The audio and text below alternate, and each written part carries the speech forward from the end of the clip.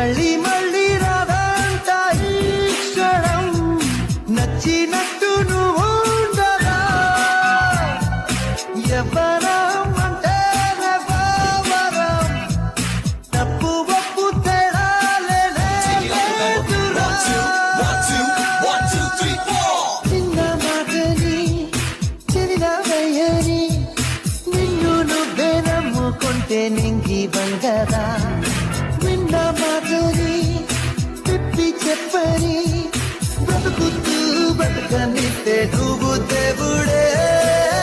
సందేహం ఏది లేదు పోయేటప్పుడు ఏది రాదు స్వేచ్ఛగా మంచిని పంచుతూ 4 రోజులు ఉన్న చాలు జన్మ ధన్యమే